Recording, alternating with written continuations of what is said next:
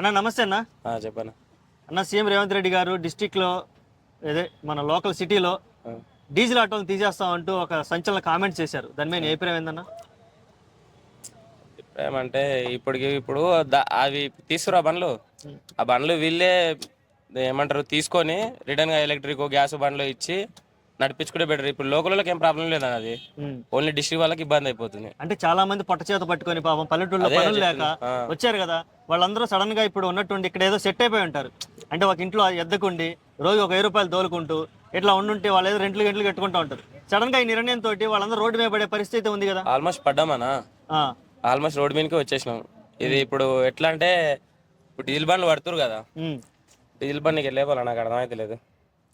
నేనే గబ్బులు చెప్తున్నా ఇంకా ఓపెన్ చెప్పాలంటే అది ఒకటే ఓటు వేయించుకున్నాడు చేయకూడదు అని దెంగుతున్నాడు. వద్దులే కానీ మరి మీకు గతంలో మేనిఫెస్టోలో చెప్పినట్టు 12,000 రూపాయలు కూడా ఇస్తా అన్నారు ఆటో వాళ్ళందరికీ. దాని గురించి మరి రాలేదు కరెక్టే, చర్చలు కానీ దాని గురించి ఇస్తామని కానీ ఎటువంటి అంశాలు మాట్లాడతలేదు. ఎక్కడ అసెంబ్లీలో మాట్లాడతలేదు, ప్రభుత్వం అడగడానికి లేదన్నా. అడిగితే మళ్ళీ రిటర్న్ అవుతారు ఏదో ఒకటి. నీకు అది ఉందా ఇది ఉందా ఏ ఉన్నా సరే లాస్ట్కి వస్తే నీకు అంగి ఉందా సుక్కు ఉందా ఏదో ఒకటి పెడతారు. అది పెంట చాలా ఘోరంగా ఉంటుంది. వాళ్ళతో ఎందుకు ఇంకా దంద చేసుకోవడం బెటరు. ఇంకా తీసేసినప్పుడు అందరితో పాటు మనం అన్నట్టు ఇంకా అట్లా. అంటే నోరు ఎత్తనీయట్లేదా ఎవరిని, సామాన్య ప్రజల్ని అడగడానికి? అస్సలు. ఈ రేవంత్ రెడ్డి గారి పరిపాలన ఎలా అనిపించింది ఈ సంవత్సరంలో? నీకేమైనా చూసావు కదా సంవత్సరం పరిపాలన? దరిద్రంగా ఉంది.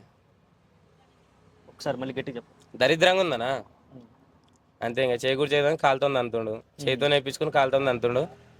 ఇంకా ఆయన నడుస్తుందన్న ఇంకా 3 ఏళ్ళు భరించాలి, తప్పదు. ఓకే అంతే. ఇంకేమున్నా ఫ్యామిలీ కోసం పోరాటం చేసుకుంటాం అంతే తప్ప ఇంకా అంత మించి ఎక్కువ వాదించకూడదు అనుకుని అందరికీ ఉందని ఎవరైనా మాట్లాడి నువ్వు నన్ను ఒక్కని కాకపోయినా ఇంకా 100 మంది ప్రతి ఒక్కరిని కూడా మాట్లాడాలని. కానీ ఎక్కడ నోరు జారితే ఏడా తీసుకుపోయి ఎందులో పెడతారు అనే భయంతోనే ఎవరు చక్క రెస్పాన్స్ కారనమాట. ఓకే, అరెస్టులు చేస్తారేమో, లోపల పెడతారనే భయం అయితే అందరికీ ఉంది. చాలా మంచిలోనే చేస్తారు ఆటో డ్రైవర్లు మేమెంతనా. ఓకే, అంటే రేపు ఈ అరెస్టుల గురించి మాట్లాడాం కాబట్టి రేపు కేటీఆర్ గారు కూడా అరెస్ట్ చేస్తామంటూ వార్తలు వస్తున్నాయి. ఈరేస్ కేసులో చేస్తామంటున్నారు. మరి కేటీఆర్ గారిని కూడా ఏమైనా అరెస్ట్ చేసే అవకాశం ఉందంటావా? అది పాలిటిక్స్ మనకు తెలియదన్నా. ఆటో డ్రైవర్లు అక్కడ అడుగు చెప్తాయి ఇక. ఓకే అంతే. ఇప్పుడు నీ డిమాండ్స్ ఏంటి మరి? ఆటో వాళ్ళకి ఎలాంటి న్యాయం జరగాలి? డిమాండ్స్ ఏముందన్నా, ఒకటే కోరిక పట్టకూడదని. ఇవే బండ్లు నడిపించుకొని ఇట్లా ఉంటే బెటర్ అనిపిస్తుంది.